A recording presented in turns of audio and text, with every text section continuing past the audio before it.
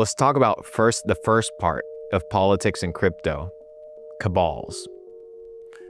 You probably saw it with the whole political scene, and you saw it with Trump meme coin. You know, there's a conglomerate or group of people that make decisions. In politics, whether it's the Democrats or the Republicans, there's little cabals or groups of people that run the show. In crypto, these cabals also exist, whether it's a meme coin cabal, altcoin cabal, Bitcoin cabal, exchange cabal. But you have the ability to enter these circles with a lot more access and ease. But the similarity is information and access to understanding what is happening behind the scenes. If you think that investing is merely looking at a chart and making decisions, that's not really how the big dogs work. The big dogs work off of information. In politics, your edge comes through information. It comes through knowledge. It comes from knowing what your competition is going to do. It comes from leveraging other people and resources that they have to your advantage. You don't think the exchanges talk to each other as much as they hate each other? Of course they do. You don't think the top guys in crypto are out here sharing Telegram channels or Discord groups where they're sharing information about upcoming token launches, or hey, there's these unlocks that are about to come, make sure you protect your investment, or there's a new seed round that's around the corner, maybe it's a good opportunity for us to make some money. It's the same thing in politics. But the other side is that there's always your competition. For the Democrats, you have the Republicans. For crypto, you have traditional finance. Now it's no longer the same because Trump in office has created a scenario where crypto is now accepted. But we could mention that maybe 5 years ago, crypto and the banks were not friends. They were two completely separate cabals trying to dominate the space. But today they're more so intertwined and married. It's kind of united. But it's about finding these groups that have leverage, that have access to information, and that give you an edge in the market. All you need is an edge.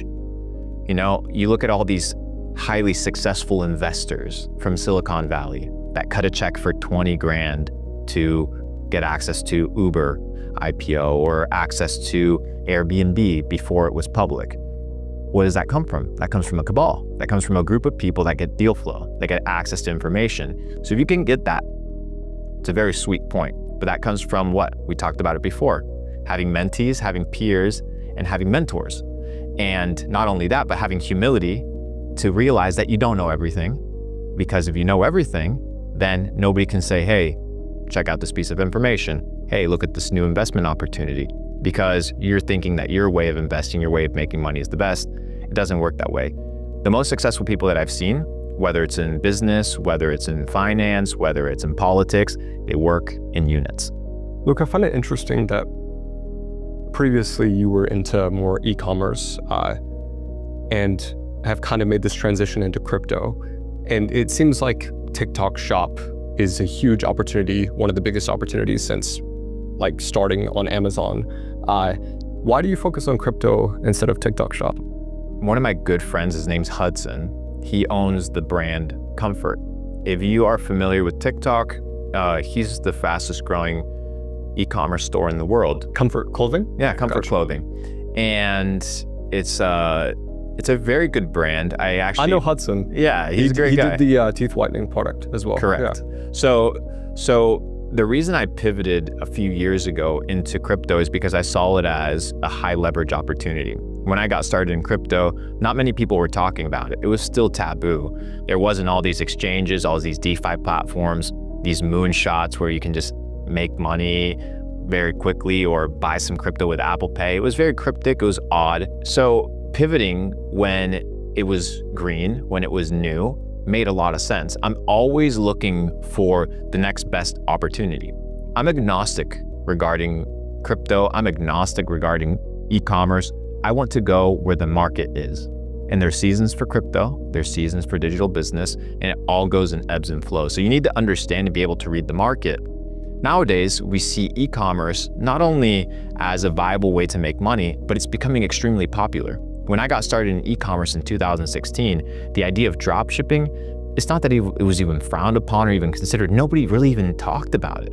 The idea of just drop shipping products from China to the United States in a QVC format, it didn't really make sense.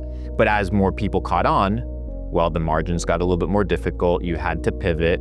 And I already was sitting on a good amount of money from my e-commerce ventures. We did 8 figures in e-commerce, and it just made sense to rotate. But once you begin to experience the crypto space, it's kind of like a wormhole. You kind of stick to it. But I've been doing pretty good over the last 2 years to kind of balance it out. So right now my money's probably 50-50 e-commerce and crypto. Every now and then crypto gives you a heart attack, you know, ETH drops 50%, and then you sit back and you're like, damn, is it really worth, you know, like going through all this risk to have my potential portfolio nuked 50% in a span of 2 months? It's time to reassess. And a lot of the top crypto guys that I know, they're not necessarily in the trenches trading. They are building products. The richest guys that I know in crypto, they build. They make something of value. They're not playing the casino, they are the casino, which means they are business owners, which tells you the best way still to make money isn't trading meme coins, isn't trading, you know, crypto or stock. It's building a business that solves a real world problem. And by creating demand, which you create it through virality, you create it through people talking about it, you bring supply, and eventually you get rich. Would you ever build anything in crypto? Or have you built anything? I haven't built anything in crypto directly. I've invested into people that build products. Would I necessarily build something in crypto? I have my Gem Hunters community, which is an ecosystem that allows people for free to join and learn from top traders in the space, whether it's airdrop hunting, whether it's meme coins, whether it's altcoins, leverage trading. But I wouldn't necessarily build a product. I wouldn't say I'm a product builder. I'm a community builder. And I've been able to partner with some incredible teams with the likes of Blofin, which is a crypto exchange. And I let the builders do the building, specifically with crypto. It's tough, you know, smart contracts, managing people's money, privacy, security.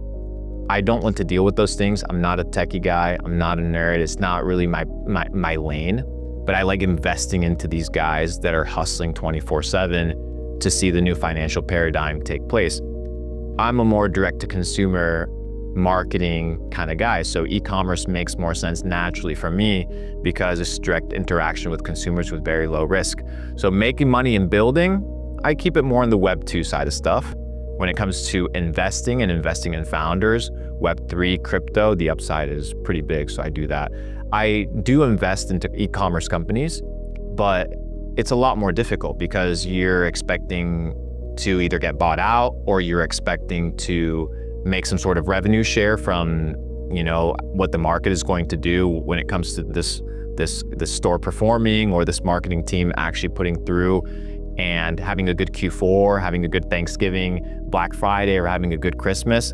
With crypto, the upside is massive. I've seen projects go from a $10 million valuation to a $200 million valuation and an exit in a span of 6 months. You really can't do that in e-commerce.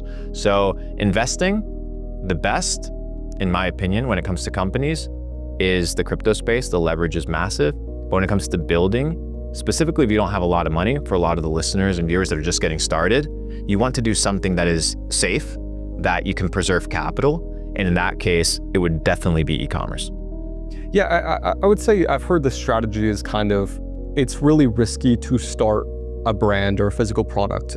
It might be easier these days with TikTok Shop to just make some money marketing someone else's product and eventually acquire equity within that. So you already have a proof of concept as opposed to doing a launch from zero. Like, how would you go about it if you had maybe a few $1,000s saved up?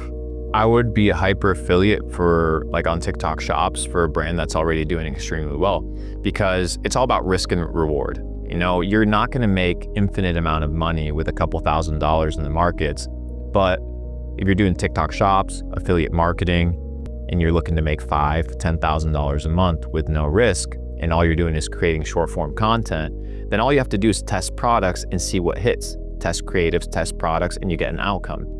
When I got started in e-com, there was no free traffic. There wasn't any, you know, scrolling. You had to spend money on ads, see if it worked. If it didn't work, you would have to go source another product, see if it worked, create a creative, and run ads to it. Today, all you have to do is pull out your phone, source a product or have a company send you the product, do some creatives, see if they hit, and then you can scale. And like you said, If you perform well, because a lot of companies are looking for marketing, then you can get what? Negotiating power. You get leverage. And leverage is what you want at the table when it comes to equity. You can say, hey, I provide this, right? Marketing, eyeballs, attention, awareness, and in return, I would like a piece of the business. But you can start e-commerce for literally $0, 100%. And in fact, not only can you start for $0, you can already see things that are already working, viral videos, viral clips, replicate them, and start making your first dollar.